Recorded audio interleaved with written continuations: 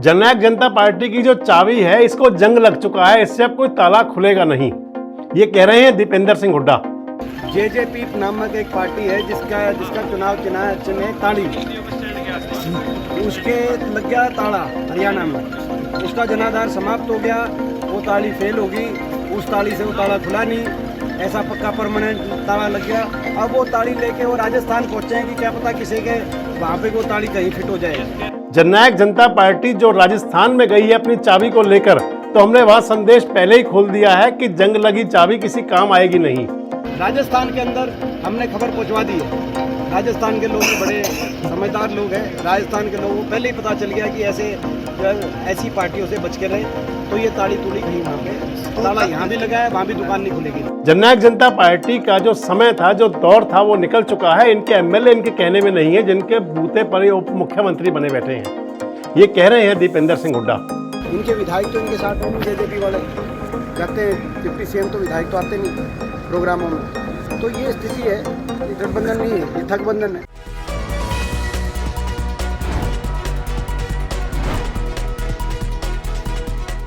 दोस्तों नमस्कार, मेरा नाम संजय मग्गू है और मौजूद हूं देश रोजाना के डिजिटल मीडिया प्लेटफॉर्म पर। चुनाव नजदीक आ रहा है, पहले लोकसभा का चुनाव होगा और फिर हरियाणा के अंदर विधानसभा का चुनाव होगा। और जब चुनाव की आहट शुरू हो जाती है, जब चुनाव नजदीक होता है, तो सारी बातें चुनावी होती हैं। नेताओं के जो सुर फूटते हैं वो केवल चुनावी होते हैं, यानी कि जिनके बोल होते हैं वो कहीं ना कहीं किसी ना किसी को प्रभावित करने वाले होते हैं, कहीं ना कहीं किसी ना किसी को कचोटने वाले होते हैं और कहीं ना कहीं अपनी बात लोगों को बताने वाले होते हैं। हालांकि हरियाणा विधानसभा का चुनाव तो 2024 में है और 2024 में ही लोकसभा का चुनाव है, लेकिन उससे पहले एक सत्ता का सेमीफाइनल चल रहा है। 2023 के अंदर जो चुनाव हो रहे हैं, चुनाव होंगे नवंबर के अंदर और मतगणना होगी दिसंबर में। 3 दिसंबर को मतगणना होनी है उन 5 राज्यों के विधानसभा चुनाव की, जिसमें शामिल हैं राजस्थान, मध्य प्रदेश, तेलंगाना, छत्तीसगढ़ और मिजोरम। राजस्थान हमारे सबसे नज़दीक है, हरियाणा के सबसे नज़दीक राजस्थान है और राजस्थान के अंदर जननायक जनता पार्टी चुनाव लड़ रही है। और राजस्थान क्योंकि हरियाणा से जुड़ी हुई ज़मीन है, हरियाणा से जुड़ा हुआ इलाका है, वीरों की धरती है, राजपूताना क्षेत्र की उसको विरासत मानी जाता है राजस्थान को, तो राजस्थान का चुनाव बहुत महत्वपूर्ण है। जननायक जनता पार्टी के सुप्रीमो दुष्यंत चौटाला, डॉक्टर अजय सिंह चौटाला और दिग्विजय चौटाला पूरे जोर शोर से लगे हुए हैं राजस्थान के अंदर। कहा था कि सत्ता की जो ताले की चाबी है, सत्ता के ताले की जो कुंजी है, वो हमारे पास है। जब चुनाव लड़ने के लिए वहाँ शुरू में पहुँचे थे, तो दुष्यंत चौटाला और अजय सिंह चौटाला के बयान ये आए थे कि हम एनडीए का हिस्सा है, प्रयास करेंगे कि बीजेपी से गठबंधन हो। गठबंधन नहीं हुआ वहाँ पर, भारतीय जनता पार्टी ने अपने सभी प्रत्याशी उतार दिए। तो उस समय दुष्यंत चौटाला जी ने कहा था कि 25 से 35 सीटों के बीच में चुनाव लड़ेंगे और उन सीटों पर चुनाव लड़के जो सत्ता का ताला है वो जननायक जनता पार्टी की चाबी से खुलेगा, यानी कि किसी को बहुमत मिलेगा नहीं और हम किंग मेकर होंगे। सत्ता के ताले को खोलने के लिए निशान भी चाबी ही मिल गया। चुनाव आयोग ने चाबी का ही निशान दे दिया राजस्थान के अंदर जननायक जनता पार्टी को। हालांकि हरियाणा के अंदर जननायक जनता पार्टी क्षेत्रीय पार्टी के रूप में रिजर्व है, लेकिन उसको जो चुनाव निशान वहाँ भी क्योंकि कोई और पार्टी नहीं होगी तो इसलिए चाबी मिला और उस चाबी से ताला खोलने की बात कर रहे हैं। राजस्थान में भी 6 सीटों पर अपने प्रत्याशी उतारे हैं अभी तक राजस्थान में जेजेपी ने, लेकिन यहाँ कांग्रेस के जो हरियाणा के युवराज हैं दीपेंद्र हुड्डा, वो कह रहे हैं कि वहाँ की जनता को हमने पहले ही संदेश भेज दिया है कि उस ताले को खोलने के लिए जो चाबी लेके आए हैं चौटाला बंधु, वो जंग लगी चाबी है, इसलिए उस चाबी को लोग पसंद नहीं करेंगे, उस चाबी से ताला नहीं खुलवाएंगे। हालांकि उन्होंने ये भी कहा कि राजस्थान के अंदर हो या मध्य प्रदेश में और छत्तीसगढ़ में, सरकार सभी जगह कांग्रेस की बन रही है। जेजेपी नामक एक पार्टी है जिसका चुनाव चिन्ह है ताड़ी। उसके लग गया ताला हरियाणा में, उसका जनाधार समाप्त हो गया, वो ताली फेल होगी, उस ताली से वो ताला खुला नहीं, ऐसा पक्का परमानेंट ताला लग गया। अब वो ताली लेके वो राजस्थान पहुंचे हैं कि क्या पता किसी के वहाँ पे वो ताली कहीं फिट हो जाए। लेकिन ये जो चाबी है ये चलने नहीं वाली, ये चाबी विश्वासघाती चाबी है, जनता को धोखा देने वाली चाबी है, भ्रष्टाचार की प्रतीक चाबी है। इसीलिए लोगों ने बड़े समझदारी से, हरियाणा के लोगों ने बड़े समझदारी से इनका जेजेपी पार्टी का दरकिनार करने का फैसला किया है। ये पार्टियां बीजेपी की एजेंट बनके लोगों को ठगने का काम करती हैं, बीजेपी के एजेंट के रूप में लोगों को लूटने का काम करती है, भ्रष्टाचार फैलाने का काम करती हैं। और राजस्थान के अंदर हमने खबर पहुंचवा दी है। राजस्थान के लोग बड़े समझदार लोग हैं। राजस्थान के लोगों को पहले ही पता चल गया कि ऐसी पार्टियों से बच के रहे, तो ये ताली तुली कहीं वहाँ पे ताला यहाँ भी लगा है, वहाँ भी दुकान नहीं खुलेगी।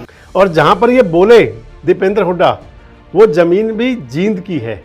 वो विधानसभा क्षेत्र उचाना है जहाँ से दुष्यंत चौटाला विधायक है, जहाँ से दुष्यंत चौटाला विधायक बने थे प्रेमलता को हरा करके, चौधरी बीरेंद्र सिंह यानी कि बांगर चौधरी की पत्नी को हरा करके जहाँ से वे विधायक बने थे, उसी एरिया के अंदर, उसी क्षेत्र में जाकर दीपेंद्र हुड्डा ने कह दिया कि इनकी चाबी को तो जंग लग चुका है। वैसे राजस्थान का चुनाव इस समय पूरे उफान पर है। राजस्थान के अंदर जो सत्ता का संघर्ष है बहुत नज़दीकी है। विभिन्न खबरिया चैनल जो सर्वे दे रहे हैं, हालांकि बीजेपी उसमें आ गए, लेकिन ये जरूर चल रहा है कि कांटे की टक्कर है। ऐसे में जननायक जनता पार्टी क्या वहाँ पर वाकई ही किंग मेकर बनेगी, और या फिर वहाँ जो दीपेंद्र हुड्डा कह रहे हैं कि उनकी चाबी में जंग लग गया है, तो क्या वहाँ पर फिर वो वोट कटवा पार्टी बनकर रह जाएगी? क्योंकि अगर राजस्थान के अंदर, क्योंकि राजस्थान से लगाव मैंने आपको पहले ही बताया कि एक तो हरियाणा से नज़दीक लगता हुआ है, दूसरा चौटाला बंधु जो जिस क्षेत्र से आते हैं सिरसा से, वहाँ से बहुत नज़दीक लगता है, राजस्थान की सीमाएं लगी हुई हैं। ऐसे में उस क्षेत्र में चुनाव लड़ने के लिए पहुँचे हैं। सीकर, जहाँ से चौधरी देवीलाल खुद वहाँ पे सांसद रहे, और डॉक्टर अजय सिंह चौटाला जो दुष्यंत चौटाला के पिताजी हैं, वो खुद वहाँ से 2 बार विधायक रहे, नौहर और दातारामगढ़ से, और उन्हीं सीटों के आसपास फोकस है दुष्यंत चौटाला का, जेजेपी का। और अगर वहाँ कोई बात बनी, अगर जननायक जनता पार्टी ने ठीक ठाक वोट भी लिए, तो अपना एक बढ़िया असर छोड़ के आएंगे।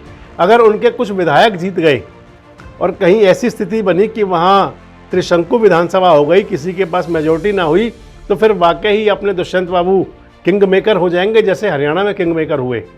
और अगर कुछ भी नहीं हुआ तो पता चल जाएगा कि कौन कितने पानी में है जब चुनाव परिणाम आएगा। क्योंकि चुनाव के अंदर जब चुनाव होता है तो चुनाव की वोटों की गिनती होने के बाद ही तय होता है कि किसमें कितना दम है, ये भी तभी सामने आ जाएगा। और अगर दुष्यंत चौटाला वाकई वहाँ किंग मेकर बने तो भी, और अगर किंग मेकर ना बने तो भी, एक परीक्षा जरूर दे रहे हैं।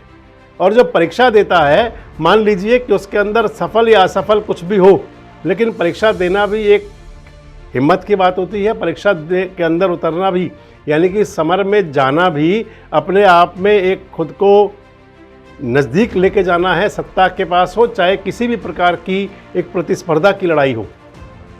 पुरानी कहावत है कि गिरते हैं घुड़ शहसवार ही मैदान जंग में।